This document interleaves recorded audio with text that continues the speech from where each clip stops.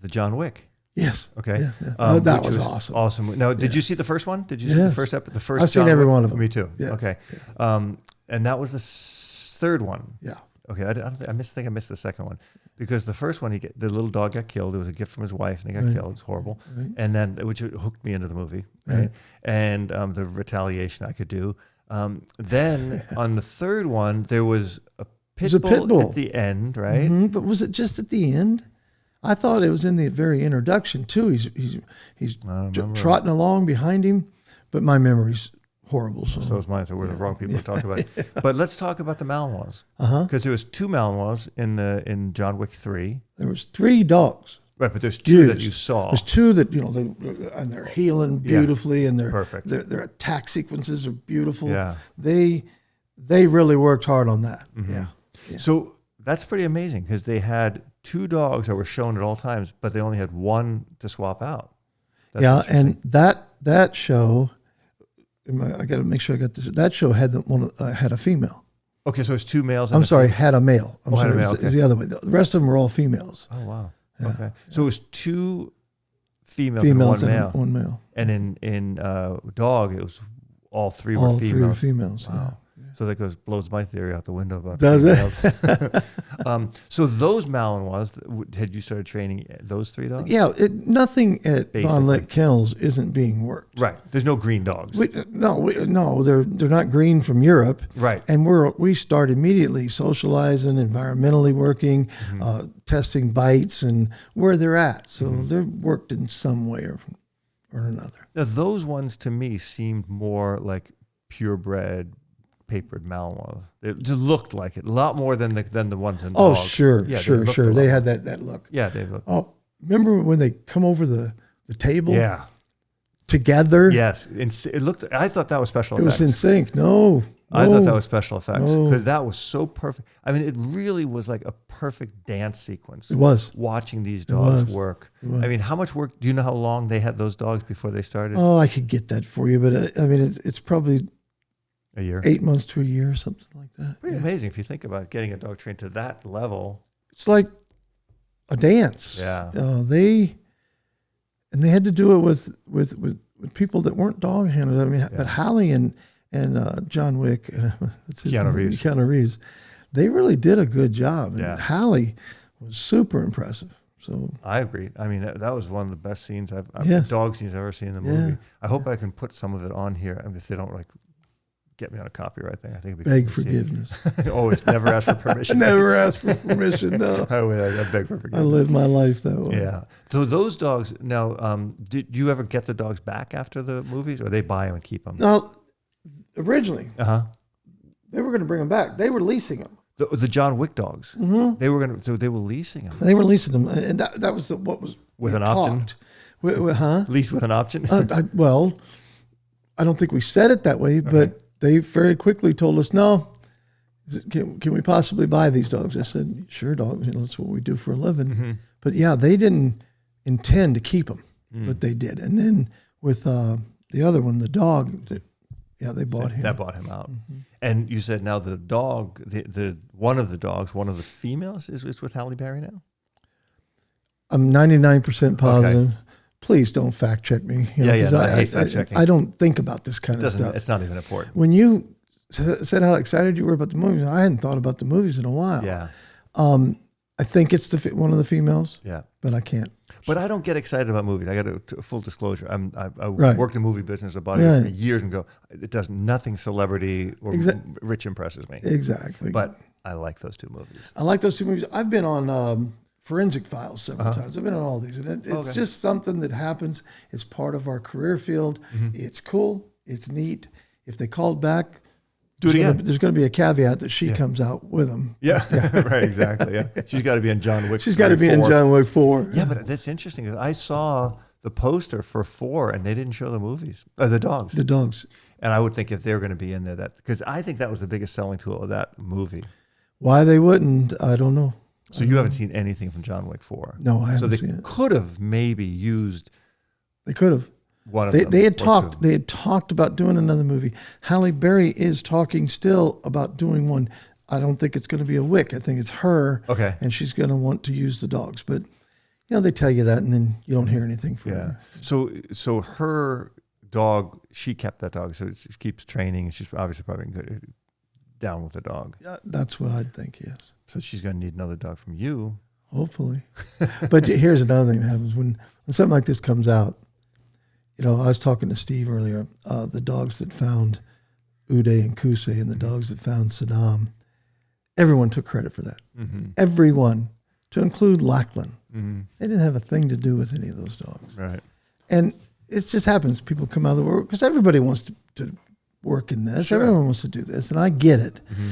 So hopefully they'll call us back. Yeah. But we'll see. Well, you hear that a lot. I think that's really common. That and I, from where I stand, everybody I talk to, I know that dog who got Saddam. I know the guy who got the dog who got, and it was this guy. It was these guys over here who got the dog from this guy right here. Right there. Yeah. But we don't get and we don't do this for credit. I know. I got it. But it does kind of get old when you got everybody in the world bragging about something that they didn't do. Yeah. But the movie thing is really the smallest thing of what you do anyway, isn't it?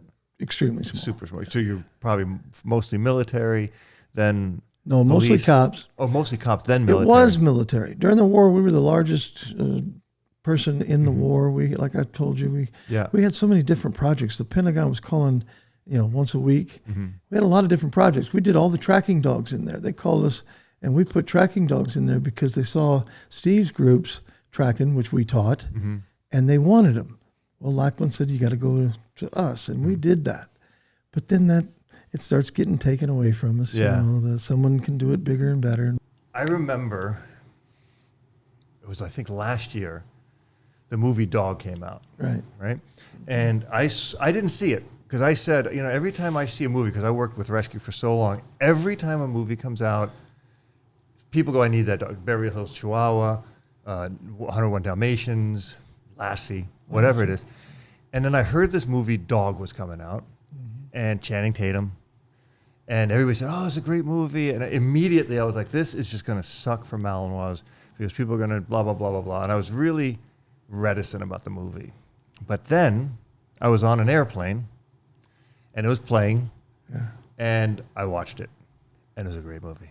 Yes, it was. It was a really, really good movie. It was well done. But this is amazing that you actually supplied the dogs for dog. Dogs for dog. For dog, yeah. Yes, we did. So let's talk about that because I think it's always, I've never talked to anybody who supplied a dog for a movie, and you did. And I thought it was a great movie. Now, that was not a Malinois. That was a mix, right?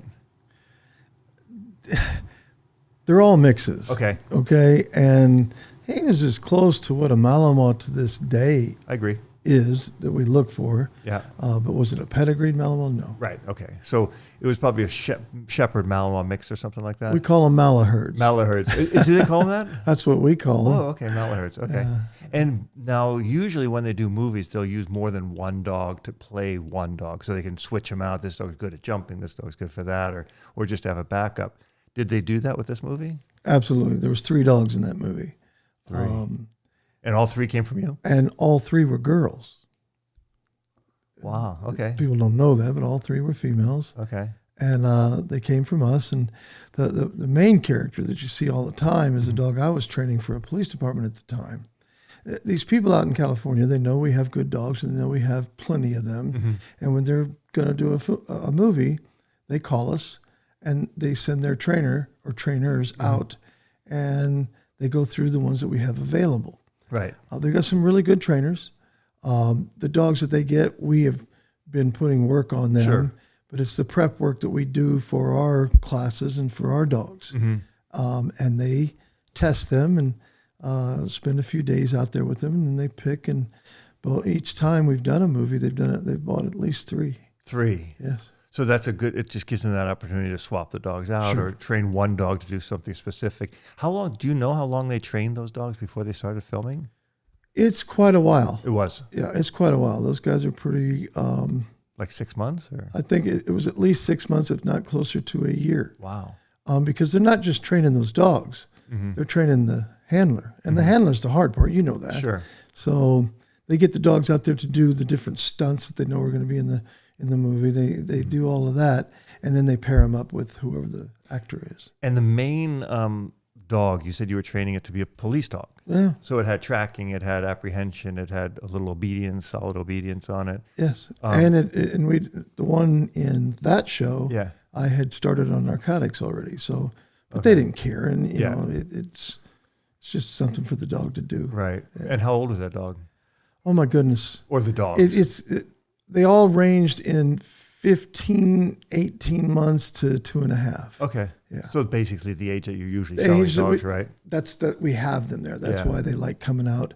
And we keep so many that they can choose. And where were those dogs from? Were they originally from Europe? Europe. All of our dogs are from Europe, unless we find a one-offer here or there. But yeah, Europe. I'm pretty sure, and this has been a little while, I've slept since then, but I'm pretty sure it was Holland. Okay. Yeah. And so when they came for the dog to be in there, what were they looking for? Like, what was the main thing? Because that dog seemed to be as realistic of a dog in a movie that didn't seem like a movie star dog that I've seen. Social. Okay. My answer's been that way every time. Yeah, every time. It has to be social. You know, people think that to be a dog that will bite a person, he has to be mean. No, he doesn't. So social, athletic, dogs that love to be with you and take direction well. So the athleticism and the social, that's what they're looking for. Well, I always say the word biddable. Do you guys use that word at all? Like a biddable dog, a dog that likes to train, that wants to do stuff? I've never heard that, but yes, that's what they want. Okay, yeah. Yeah, because I would always think that would be a tough thing. Like if a dog is, even a really smart dog, they don't want to do stuff. It's like, that's going to suck to train this dog. Let me tell you something. I'll tell people, I don't want the really smart dogs. Right. No, the really smart dogs are harder to train because they'll work you. I want that Marine.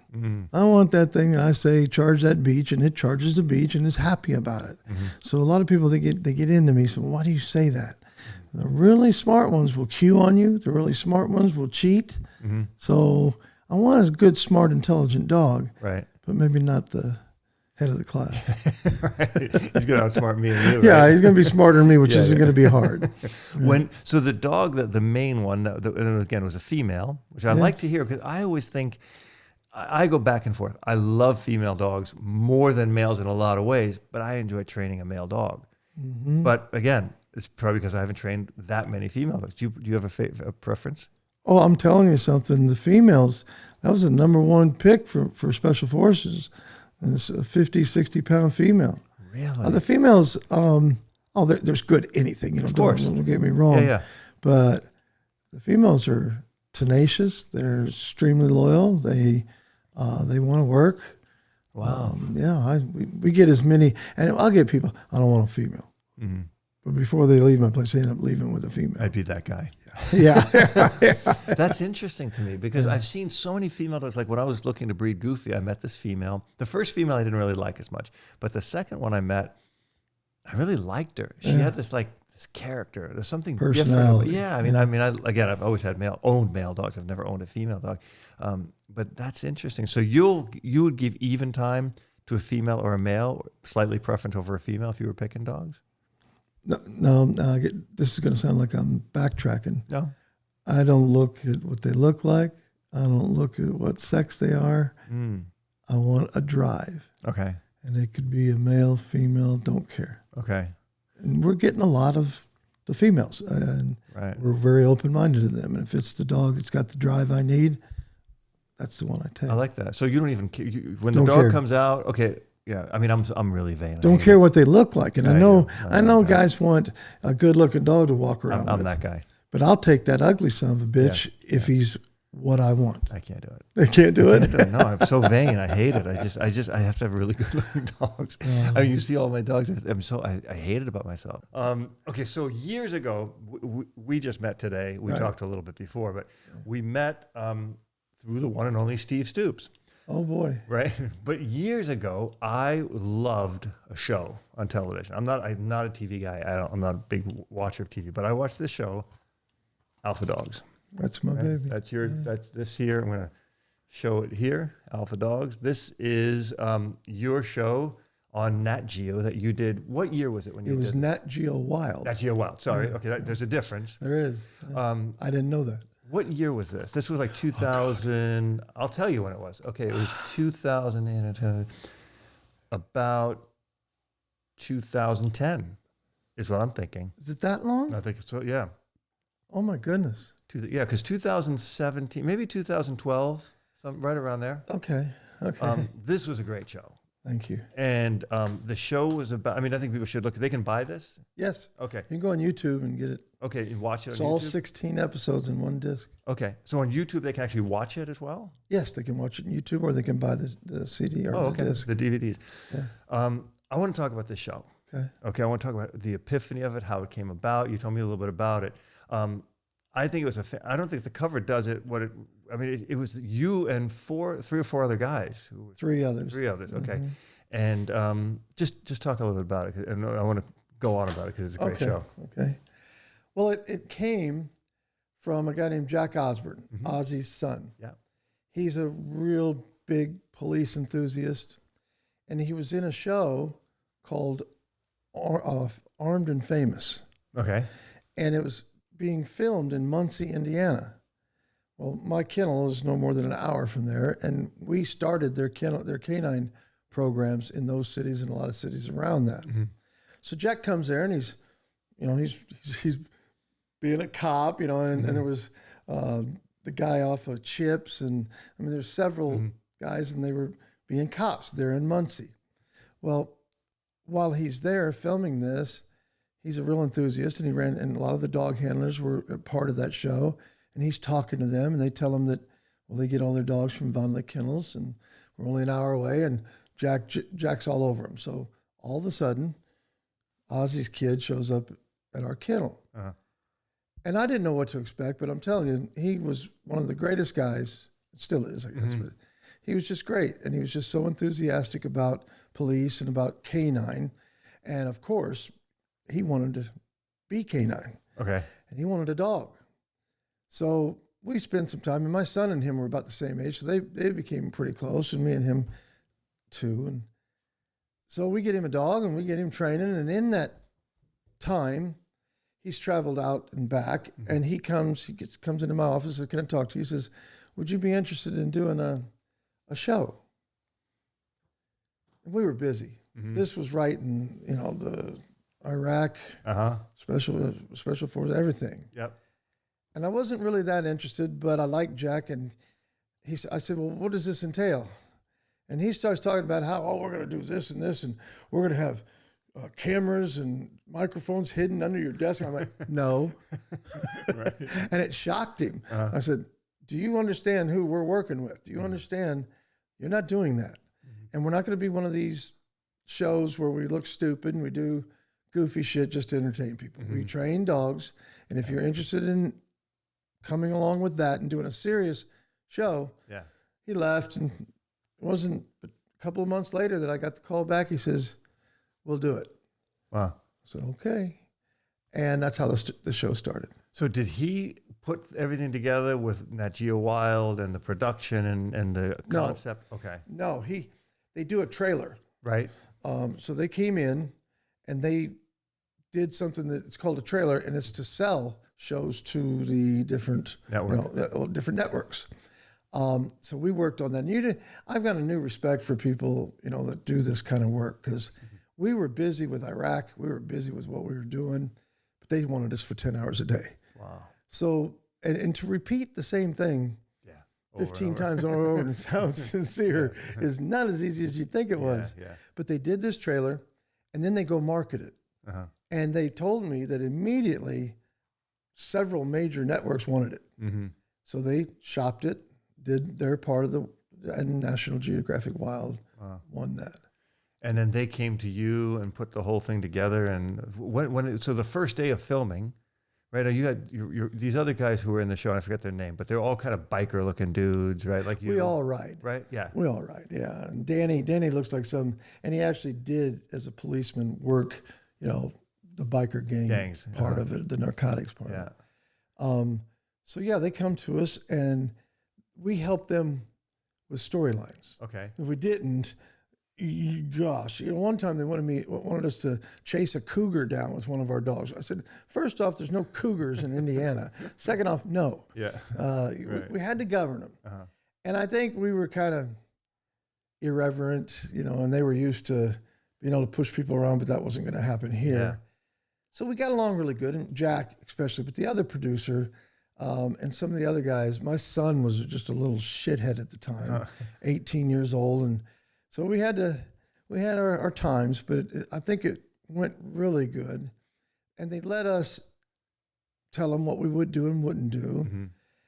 And then the second year was going to be the year. But the first year they wanted to just do it and get it out there. And it wasn't a training show. Yeah. It was to show people what dogs are capable of. Well, I think that was their thing, because I think on the trailer, I remember it was like, these are guys, they look like bikers, but they actually have top government clearance, yes. and they're training these dogs for these special operations in the military. Yeah. And I think that was the appeal to it, that it wasn't a show like Caesar's show, which was all about dog training and people. This was about this dark side, these secret things that are going on. Right. So when you guys did these shows, how did you keep it from, because I know there's certain classified things that you work on a lot. You carry classified clearances. To do that, how did you keep that stuff from sneaking into the show? Was that hard? Yes. Right? Yes, and that might have been what caused some of the angst between us. We were friends. We were good buddies. We still are. But they wanted to do the theatrical reality TV show part, and I wasn't playing that. So we had edit authority. Oh, you did? I did. Oh, that was part of it. I wouldn't do it unless they did it, because they wanted to put cameras in, and we were doing special ops people. We were doing stuff that needed clearances, and we're also doing police from all over the world in different situations. So it had to be, they wanted something in each episode that was, I don't know what they called it, but a hook, right? A hook. That's exactly what they called it. And I was okay with that as long as it wasn't stupid. And the primary part of the show was serious. So we did shit like go pull snapping turtles out of a creek up the street. Right. We rode what do you call it? Four-wheelers and ATVs, and there was always something in there that was a hook. But the primary part of the show stayed true. Yeah, I mean, that's what impressed me, because I've seen, and I was approached about doing reality shows. They always want that stupid thing in there, right? Yes. And you guys kept it real, and I was impressed, because I kept thinking, and I thought you did 2 seasons, but it was because it was 16 episodes. 16, yeah, that's 16 episodes, and it was the number 1 show in the beginning on Friday nights. So I'm going, that's great, and that's what I expected. It's neat. Yeah, I got so many calls. Then it went around the world. And, I was in Colombia. I was in Dubai. I was in China. And I'm getting mobbed because it was on their TV shows. Sure. I'm going up an escalator. The guy's going this way. He's yelling, "Alpha dog!" He's doing it. I didn't know that was going to happen. Right. So I think it was a good show. I don't know why it got canceled. And then there was a rush a couple of years back of people writing into Nat Geo, they wanted it back. And Nat Geo contacted me. I said, sure, we would do it. Then I never heard anything. So it's sad. I mean, it's really weird, and you're like a down to earth kind of guy. And that I think is kind of cool. And you didn't go Hollywood with it, but I mean, I could have imagined like 2 or 3 more seasons of this could have really taken off and done some really cool stuff for you. We were going to do I had some ideas of taking them into Hungary, or taking them into the Czech Republic and showing them how we find these dogs, how we buy these dogs, and then follow 3 of them, bring them back, put them through a school for cops, put them through a school for military. I think it would have been one of the most interesting shows out there, but that's what was missing in the show, in my opinion, right? It was really developed your characters well, all the guys were in it, and it developed this concept well, but it never got into the meat of it, right? We're like, okay, here's this dog, we're going to take this dog from, and it's so weird because I said that. Like here, we bought this dog, and here's the training we do, this is the step that goes to a top, like a special ops, there's a police dog or whatever, but you should have done it. Well, we even got permission, and the special ops guys were on the show, but we had to black out. Yeah, everything was blacked out, blurred. But we showed some things, like that's what I wanted to do. Like a lot of people didn't know there were cell phone dogs back then. A lot of people didn't know about the special forces. We tried to show everything from cadaver dogs. We had one of the greatest little Cocker Spaniels. Remember that I remember episode? the Cocker Spaniel, yeah. That was one bad, and he spent his entire career in Afghanistan. But it really had some great moments in it. And yeah. Well, I mean, like I said, I think the diversification between your characters and then the dog, and it was interesting to see that they're not all Malinois. No. Right? That was really a good Lots of different thing. breeds. Yeah. We had pit bulls and Cocker Spaniels and everything. Yeah. So the cell phone detection dogs, that was an interesting thing, an angle to play in there. Right. But you had the bomb dogs and everything. I remember you had showed how you were training the bomb dogs a little bit with the boxes. Yes. That's how we imprint them. Right. Yeah. So all this, I mean, I wish that show would come back. Me too. Okay, well, if anybody wants to do it. Nat Geo Wild? Yeah, just I'll put a link in the description down below There we go. how they can contact you on this, because this was a great show. And Well, thank you. yeah, I really enjoyed that. So let's hope that gets on. We get another season of it or two. That'd be Cool. awesome. All right, man. Awesome. Awesome.